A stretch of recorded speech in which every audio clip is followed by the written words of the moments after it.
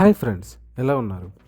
మనం ప్రశాంతంగా ఉన్న పక్కనున్న వాళ్ళు ఉన్నవారు అన్నట్టు మన దేశం అభివృద్ధి వైపు అడుగులు వేస్తూ ఉంటే కానీ చుట్టుపక్కల మిత్రులు లాంటి శత్రు దేశాలు మనల్ని ఎదగనివ్వకుండా చేస్తున్నాయి, మనల్ని ఇబ్బంది పెడుతున్నాయి. నేను ఇప్పుడు ఈ విషయం ఎందుకు చెప్తున్నానంటే, రీసెంట్గా ఒక భారతీయ స్త్రీని షాంఘై ఎయిర్పోర్ట్లో 18 గంటల పాటు నిర్బంధించారు. అసలు ఏం జరిగింది? అరుణాచల్ ప్రదేశ్కి చెందిన ప్రేమ అనే భారతీయ మహిళ ప్రస్తుతం యూకేలో నివసిస్తున్నారు. ఆవిడ యూకే నుంచి జపాన్కి వెళ్తూ చైనా షాంఘై ఎయిర్పోర్ట్లో విమానం మారాల్సి వచ్చింది.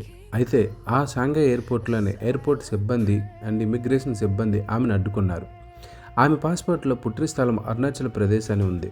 అయితే అరుణాచల్ ప్రదేశ్ అనేది ఇండియాకి సంబంధించింది కాదని, చైనాకి సంబంధించిందని వాళ్ళు 18 గంటల పాటు ఎయిర్పోర్ట్లోనే ఆమెను నిర్బంధించారు. ఈ విషయంపై భారత ప్రభుత్వం వెంటనే స్పందించింది. భారత ఎక్స్టర్నల్ మినిస్టర్ గట్టిగా స్పందించి చైనా అధికారులతో మాట్లాడి ఈ ప్రయాణికురాలను ఇలా నిర్బంధించడం అసంబద్ధమని మండిపడింది. ఇది అంతర్జాతీయ విమానయాన నిబంధనలకు మరియు చైనా సొంత 24 గంటల ట్రాన్సిట్ పాలసీకి విరుద్ధమని తెలిపింది.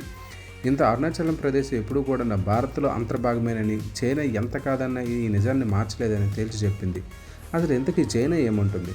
మరోవైపు చైనా విదేశాంగ శాఖ మాత్రం ఆమెను నిర్బంధించలేదని, వేధించలేదని చెబుతుంది. తాము ఇమిగ్రేషన్ అధికారులు చైనా చట్టాల ప్రకారమే నడుచుకున్నారని వాదిస్తూ అరుణాచల్ తమదేదని పాతపాటనే పాడుతూ ఉంది. అసలు 18 గంటల పాటు ఒక భారతీయ మహిళను విమానాశ్రయంలో ఎలా నిర్బంధించారు? అసలు బాధితురాలు ఏమంటుంది? I am an Indian citizen residing in UK for about 14 years. And I was traveling on my holiday from London Gatwick to Japan via a transit in Shanghai.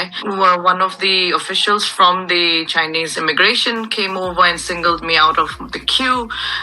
Basically said, look, India, took my name and something and took me out. So I asked her what is happening, and she basically didn't say much and just basically asked me to follow her. Took me close to the e-gates where there is the immigration, the manual counters for the immigration, and then she went on to say, Arunachal, not India, China, your visa not acceptable, your basically passport is invalid. What was the issue?